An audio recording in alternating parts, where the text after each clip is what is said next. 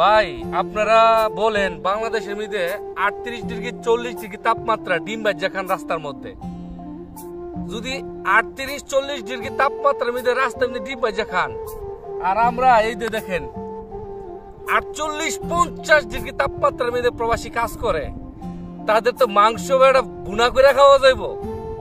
এই রোদ্রের মধ্যে থাকিয়া টাকা ইনকাম করে বাড়িতে দেওয়া হয়, বুঝতে পারেন? এই রোদ্রের মধ্যে থাকিয়া টাকা ইনকাম করা কত কষ্ট, এটা একমাত্র একটা প্রবাসী জানে। কই 40 ডিগ্রি আর কই 50 ডিগ্রি। আমাদের কষ্ট কেউ বুঝে না, আর পৃথিবীতে কেউ বুঝতো না। তার কারণ কি লিগা? প্রবাসী তো বেশিরভাগ কথা হজম করে, 50 ডিগ্রি তাপমাত্রার মধ্যে টাকা ইনকাম করে এই টাকাগুলো আবার পরিবারের সব দিয়ে দেয়, মানি ব্যাগের মধ্যে টাকা রাখেই না।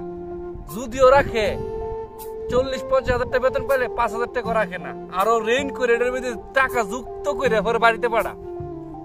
কই 40 ডিগ্রি আর কই 50 ডিগ্রি। হাই রে, ভালোবাসা একমাত্র প্রবাসীর কাছ থেকে শিখেন, পরিবারের জন্য জীবনটা ত্যাগ দিয়ে দেয়। ভাই ভিডিওটা ভালো লাগলে শেয়ার করেন, ভালো থাকেন।